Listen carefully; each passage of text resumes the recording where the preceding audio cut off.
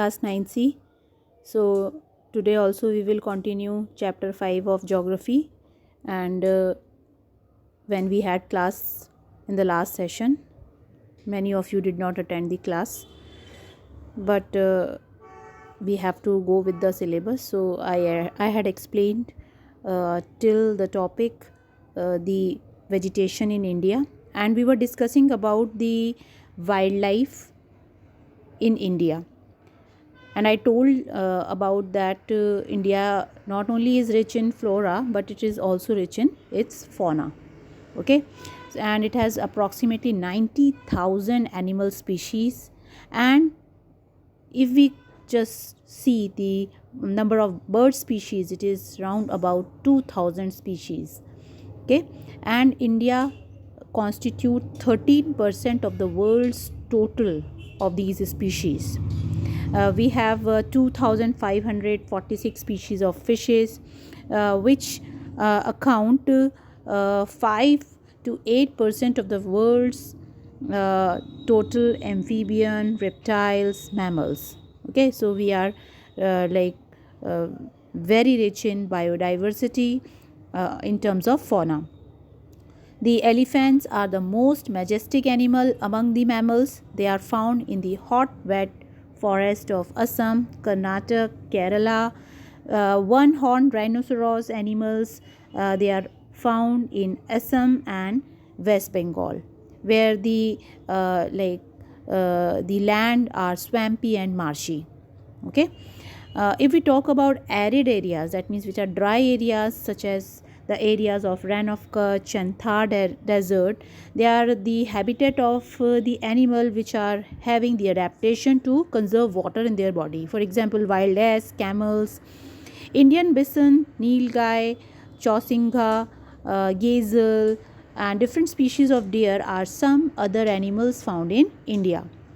We also have several species of monkeys. Okay, uh, we should also know about that Wildlife Protection Act was implemented in 1972 in India. This act suggests that nobody is allowed to kill any wild species. Okay, that is going to be the punishable. Okay, India is the only country in the world that has both tigers and lions. This is very special feature of our country, that both the most uh, rare animals like tigers and lions both are present in our country, and they are found in the natural habit of, like if we talk about Indian lion, it is commonly seen in Gir forest of Gujarat, very famous forest, and tigers, they are found in the Sundarbans of West Bengal, forest of Madhya Pradesh, or Himalayan. Okay, leopards are the members of the cat family. They are also important among animals of prey. The Himalayas, they harbor a hardy range of animals which survive in extreme cold. We know in Himalaya the temperature is low because of high altitude. Like if we talk about Ladakh, it is having a freezing high altitude, and it is the home of yak.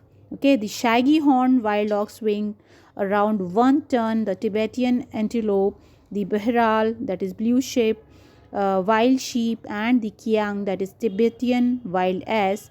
Furthermore, the ibex, bear, snow leopard, and rare red panda are also found in certain pockets. In the rivers or lakes, coastal areas, we see turtles, crocodiles, gharials. So it shows that how rich we are in fauna also.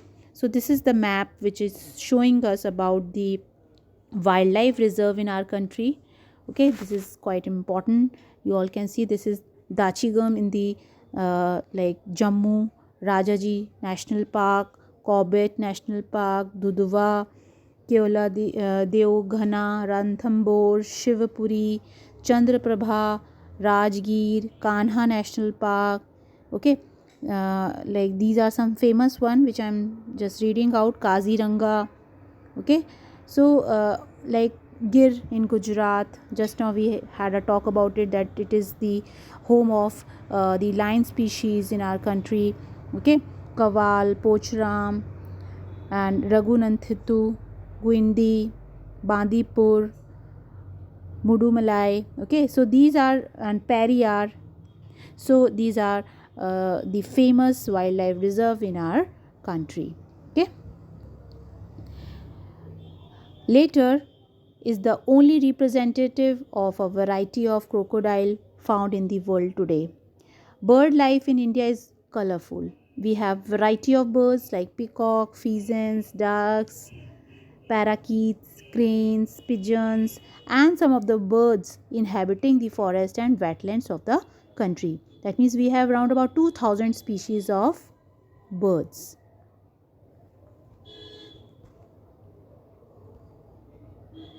Okay, we have selected our crop from a biodiverse environment, that is from the reserve of edible plants. We also experimented and selected many medicinal plants. The animals were selected from large stock provided by nature as milch animal. The animals which gives us milk, they are called milch animal, milching animal. They also provided us drought power. We know we use animals for labor work, also for transportation. Even they are used for taking out meat and eggs. The fish provide nutritive food. We know fish is rich in protein. Many insects help in pollination. We know without insect pollination is not possible. Pollination is required so that we will get the varieties, different varieties, through cross pollination. And even fruits, they are only possible if there will be pollination. And exerting biological control on such insect is harmful. If suppose we will kill all insects, definitely it will going to affect our environment, because all these species which are present in our environment, they play an important role. They all are having some role in the environment. So no species, not a single species is waste. Okay, it's not useless. All species carry some importance.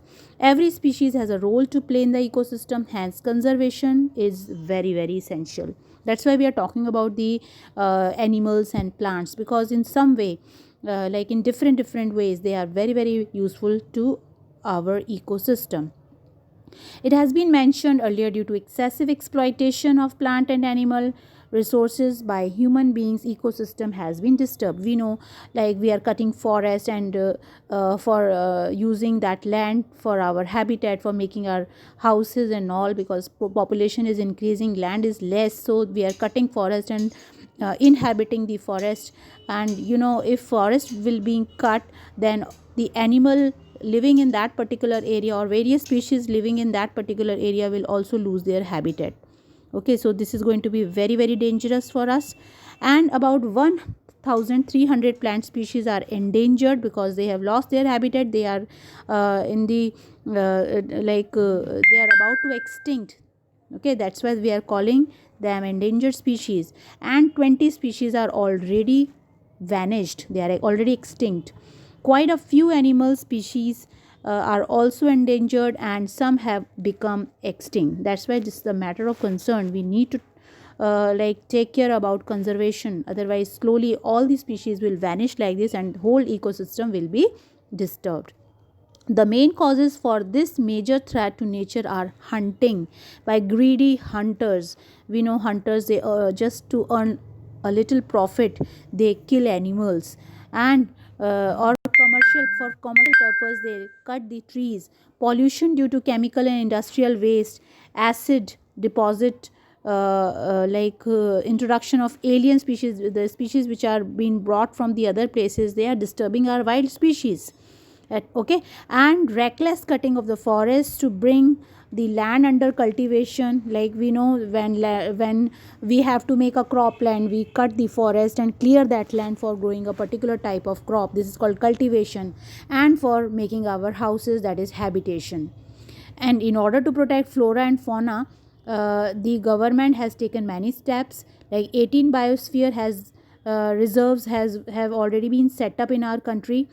Okay, this is just done to protect our flora and fauna, 10 out of these are Sundarbans, Nanda Devi, the Gulf of Mannar, Nilgiri, Nokrek, Great Nicobar, Manas, Similipal, Panchamani, okay, Achankmar or Amarkantak have been included in the World Network of Biosphere Reserve just to protect the flora and fauna.